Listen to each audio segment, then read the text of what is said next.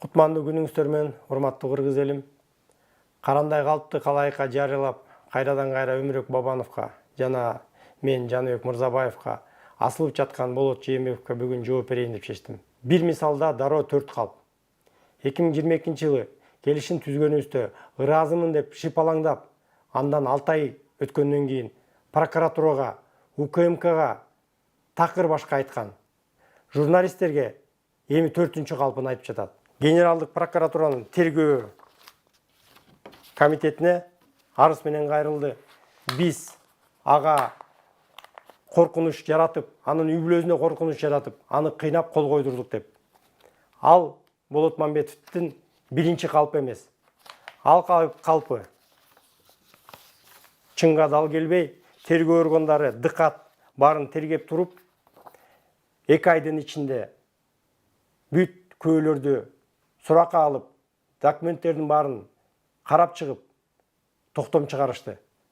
Токтомдо эч кандай ага коркутуу, үркүтүү болгон эмес. Өз каалоосу менен, өз укугун пайдаланып кол койгон деген. Мына менин колумда 3 февраль 2023-жылы Генералдык прокуратуранын капитаны чыгарган токтом бар. Ал токтомдо мына менде көчүрмөсү бар. Биздин жасаган иш аракетибиз мыйзамдуу. Адан сырткары УКМКга жарым жылда өткөндөн кийин сиз дагы башка арыз менен кайрылып атасыз. Ал арызда сиз мен кагаздарга кол койгон эмесмин. Менин колумду булар жасап коюшкан. Көчүрмөлөр туура эмес. Кагаздар бири-биринен ажыратылган. Биринчи барагы башка барак, экинчи барагы башка барак деп дагы бир ойлоп чыгарган калпыңыз. Улуттук мамлекеттик коопсуздук комитети 2 айдын ичинде териштирип, экспертизаларды, тийиштүүлөрдү жасап туруп, чечим чыгарып беришти.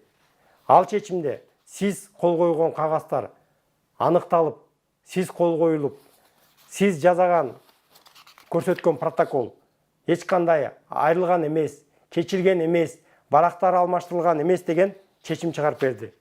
Мына менин колумда токтом бар. 20 декабрь 2023-жылы Улуттук коопсуздук комитетинин тергөөчүсүнүн токтому. Ал жерде биз жасаган келишим баары мыйзамдуу, эч кандай колдор биз тараптан эч кандай колдор жасалган эмес, кагаздардын баары далилдүү болуп чыккан. Адан сырткары сиз айтып жатасыз, журналисттерге эки барагында мен кол койгон эмесмин деген протоколду көрсөтүп атасыз. Ошол протокол боюнча Министерство юстициянын архивинен алынып, тергөө тараптан дыкат текшерилип, экспертиза жасалды. Ал протоколдо эч кандай барактар алмашылган эмес деп чечилген.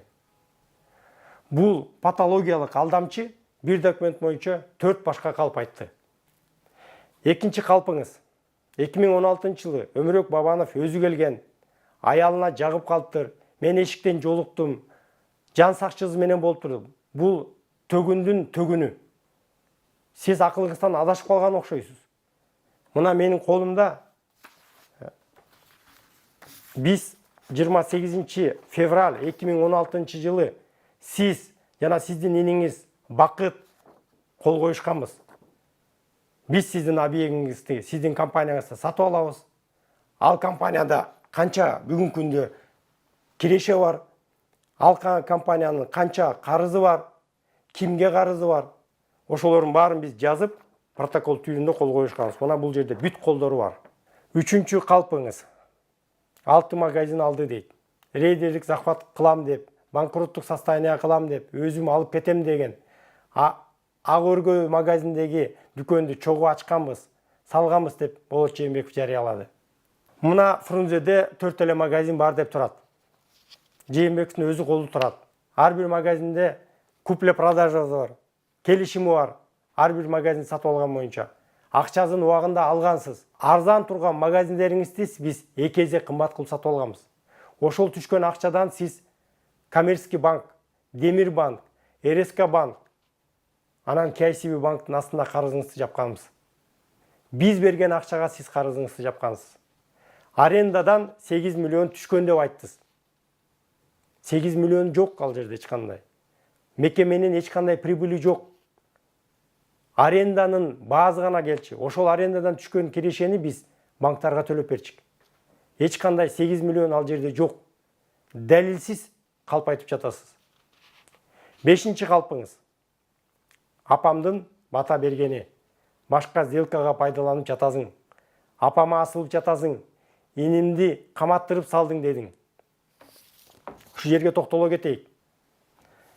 Апаңызды биз эч кандай жаман сөз айткан жокпуз.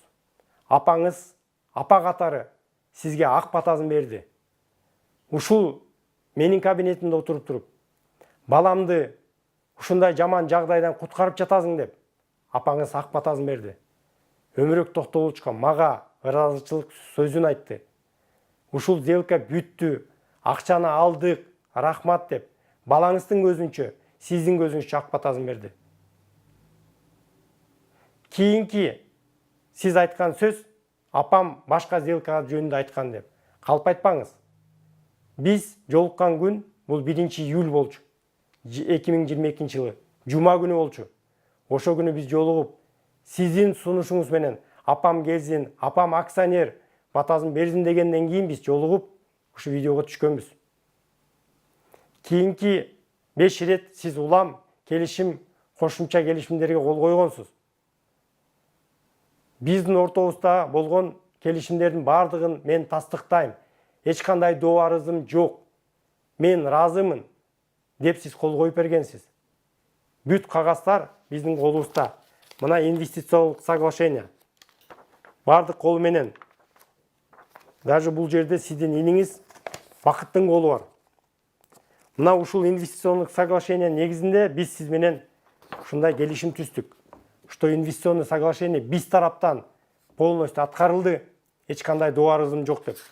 Бул жерге мына сиз кол койгонсуз. Так окуп чыгып, өзүңүздөрдүн сунушуңуздарды ручка менен өзгөртүп туруп, анан биз кайрадан жазап чыгып, кайрадан жазап, ушинтип кол коюшканбыз. Мына колумдагы кагаздарым баары далил иретинде. Сиз сөзгө гана жабынып калп айтып атасыз. Менде ар бир сиздин калпыңызга болгон өзүмдүн далилим бар. Кийинки калпыңыз бул 470 миллион сом карыз жок болчу деп айтып атасыз. 15 июнь 2022 жыл сиз жана биз тарап аудиторский компаниянын заключениясын уктук. Бул жерге алар жазып атат. Бүгүнкү күндө мекеменин 460 миллион сом карызы бар дейт. Карыз кактан келип чыкты?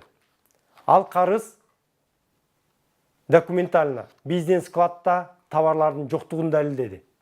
460 миллион сомго товар сатылып кеткен, акчасы биздин поставщиктерге төлөнгөн эмес. Аны сизге 3 сааттын ичинде аудиторский компания түшүндүрүп берди. Ошол жөнүндө мына сиз кол койгонсуз. Ооба, мен уктум. Ооба, ушул карыз бар экен. Бул протокол 2 барактан турат. Бул жерде жазылып жатат. 460 миллион сом кактан келген карыз. Биринчиси, бул компаниядан акча урдалган. Күнүгө акча урда токтогон эмес. Кантип урдачысыздар? Жолу көп болгон. Сиз жана Бакыт көп жылдары салык кызматында салык текшерүүчүлөрдүн үстүндөн инспектор болуп иштегенсиздер. Салыкты кантип жашырыш керек, кантип мекемеден акчаны чыгарыш керекти абдан жакшы үйрөнгөнсүздөр. Председатель совета директоров катары кассадан, магазиндин кассасынан күнүмкү түшкөн биздин товардан түшкөн акчаны алып, эч кимге айтпай алып кетип баштадыңыз. Аны сиздин иниңиз генералдык директор Бакыт кантип жабыштын айласын табып туруп, өзүнө подотчет алчы. Ал подотчетту кийин мекеменин чыгашасына киргизчи. Ошентип отуруп, сиздер 470 миллион сомду мекеменин компаниядан чыгарып кеткенсиздер. Ал акчага сиздер эмне кылдыңыздар? Ал акчага сиз өзүңүзгө 2 прораб деген дүкөндөрдү ачтыңыз. Бакыт иниңиз Борсок деген 13 магазин ачты. 70тен ашык мүлк дүнүйө түптөдүздөр.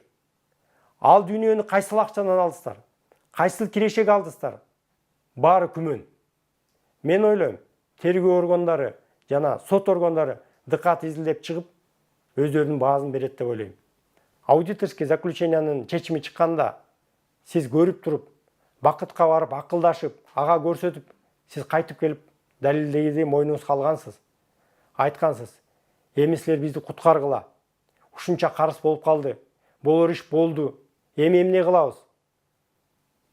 Силердин добарыңыздар жок болсун бизге. Компанияны сатып алгыла. Акчасы мынча болот деп биз кол беришкенбиз. Биз сөзүбүзгө аягына чейин турдук. Бирок сиз ошого карабай туруп, 6 ай өтпөй туруп, сиз өзүңүз арыз жаздыңыз. Ал арыз бүткөндөн кийин дагы арыз жаздыңыз. Калптын үстүнө калп айтып аттыңыз. Ошонун баарын чыдап тура албай, биз да аргасыздан арыз жаздык. Бул Бакыттын үстүнөн. Ошол арыздын негизинде бүгүн Бакыт СИЗОдо отурат. Сиздин түзмө түз күнөөңүз бар буда. Мен бүгүнкү күнү Бакыттын үй бүлөсүнө жана сиздин бир туугандарыңызга айткым келет. Калыстык үчүн, чындык чыгыш үчүн ушул нерселердин баарынын артында силердин бир тууганыңар Болот Аматов турат. Уурунун уурузу дал ушул сиз, Болот Жээнбеков. Мына фактылар. Ууру тойгончо жеп, өлгөнчө карганат дейт кыргызда. Мен келесоо эмесмин, акылым жайында, өзүмдүн акчамды өзүм урдайымбы, эч кандай уурулук болгон эмес деп бүгүн карганып жатасыз.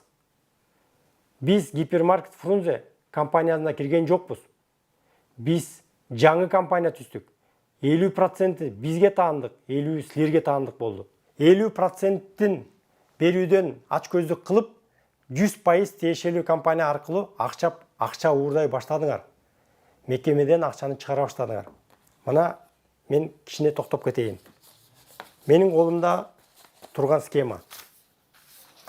Бул сизге тиешелүү кишилер жана сизге тиешелүү мекемелер. Ушул мекемелер аркылуу мыйзамсыз иштери жасаганыңар. Бул сиздин иниңиз Бакыт Аматовдун мыйзамсыз жасаган ишке тиешелүү мекемелери жана анын туугандары. Мынакей биз бул жерде схематически көрсөткөнгө аракет жасадык. Кандай компаниялар бизге кандай кылып поставка кылып, канча акча алып чыгышкан. Бүт айткан сөзүм боюнча менде далил бар. Туугандарыңыз боюнча Бакыт Аматовдун аялы Кутушева Тилдекан Орозбаевна, баласы Аматов Анарбек Бакытбекович, агазы Жээнбеков Болот, инилери Жээнбеков Алмаз, агазы Жээнбеков Досманбет, инилери Аматов Нурсултан, Акылбеков Искак, дагы ошого көп кишилердин тизмеси бар.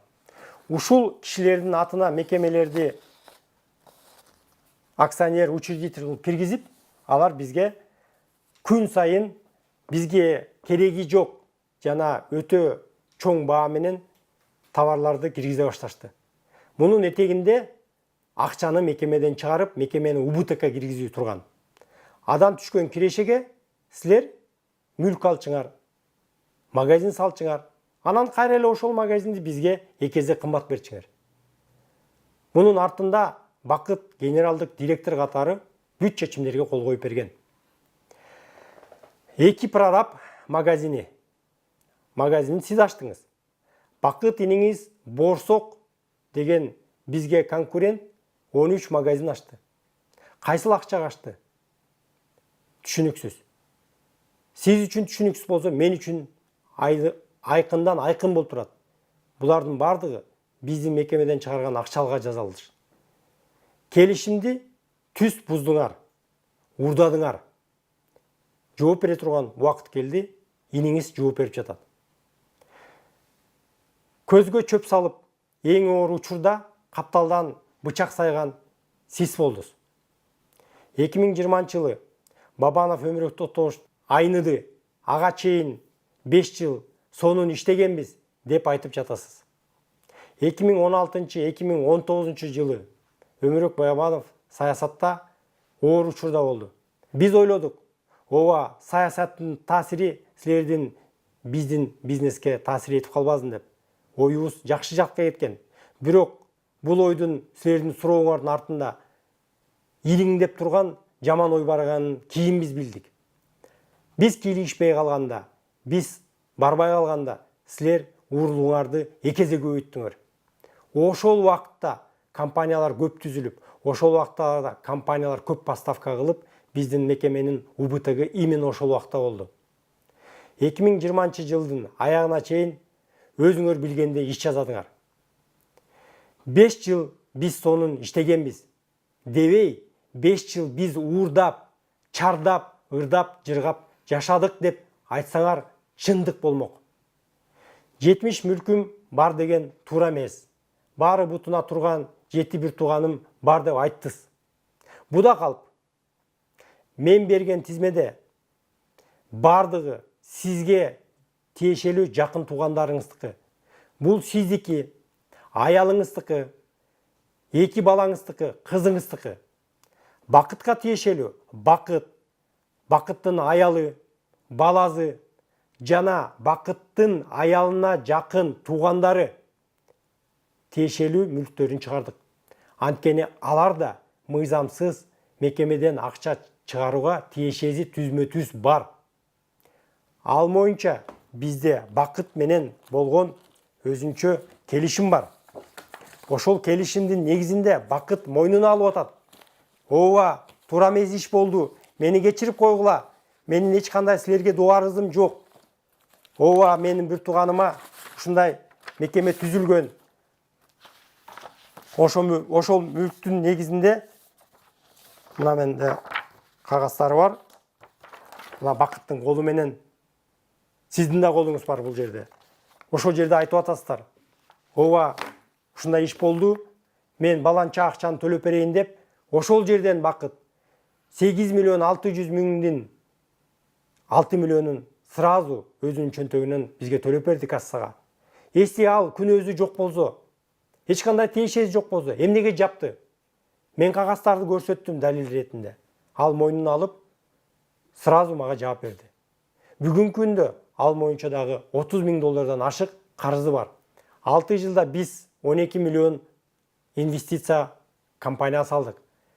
Аны биз банкка 6%дан депозитке салып койгон күндө да биз 4 миллион киреше алмакпыз. Бүгүнкү күндө биз 460 миллион карыз менен отурабыз. 12 миллион долларыбыз компанияга кирген, ал чыкпайт.